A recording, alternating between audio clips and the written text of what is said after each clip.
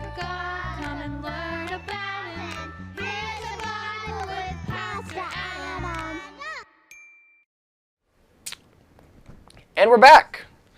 Hi guys, welcome back. Welcome back to our reading time here. Welcome back to the Bible with moi. We are in the book of Exodus still. We call it Exodus because the Hebrew people, the Jews, the Israelites, they have many names. They are exiting Egypt. Remember, last week we talked about the 10th plague, the Passover, and God finally leading the people out of Egypt. So this week we're going to be talking more about that. They have left Egypt. They're on their way out. So this week's reading comes from Exodus 13 through chapter 15. The short version, just for you guys. Here we go. The Israelites hurried along the road they were on. Some led flocks of sheep or goats or herds of cattle. Moses was taking them out of Egypt to a new place of their own. They had to move quickly. God was there to show the Israelites the way, and by day He went ahead of them in a pillar of a cloud, and by night He went with them in a pillar of fire. Imagine that. By night He went with them by a pillar of fire. I already said that. To give them light. And so they could travel by day and by night. Cloud by day, fire by night. God told Moses to take the people across the desert to the Red Sea. When they got to the sea, they looked behind them. A great army was coming. Pharaoh had changed his mind once again. So frustrating. Now he did not want to lose his slaves. He lied, and he's coming after them now. And he had sent his soldiers and horsemen to bring his slaves, the Israelites, back to Egypt.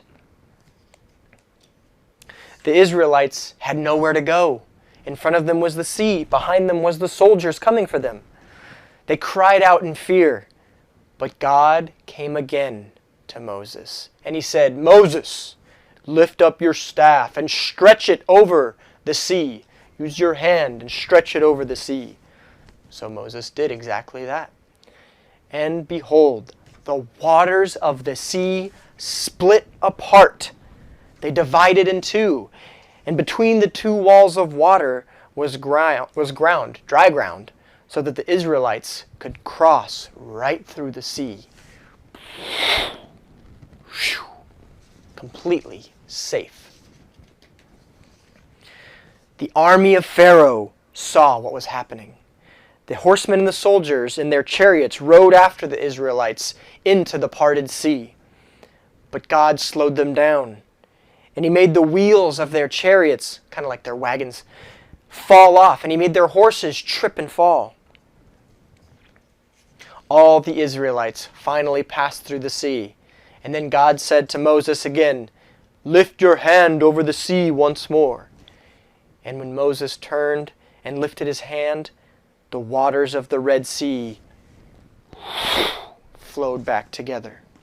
And the sea covered the chariots and the horsemen, and the Pharaoh's army was washed away. The Israelites celebrated their safe journey out of Egypt, and all day they sang and they danced and they praised God. They were finally free from Egypt.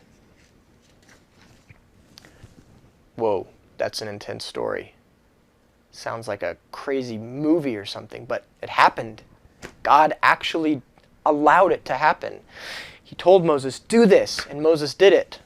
He told the Israelites, "Go," and they went. When God tells us to go, we got to go. We got to get our stuff and go. We got to move in the direction that He wants us to move in.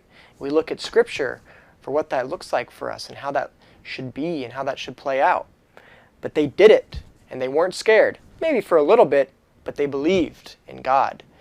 And Moses, through God, did an amazing thing. It's pretty interesting. It's pretty intense, too.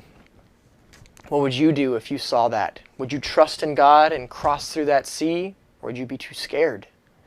It's a tough decision, but we have to trust in God. When He says that He's going to do something, He's going to do it. When He says that He will protect us through something like they were going through, He's going to do it. We got to trust in God and not be afraid of man. Think about that, guys. Join me next week. We're going to be talking more about the Israelites as they're in the desert, wandering around and figuring out where God's taking them and how they're going to survive. See you guys next week.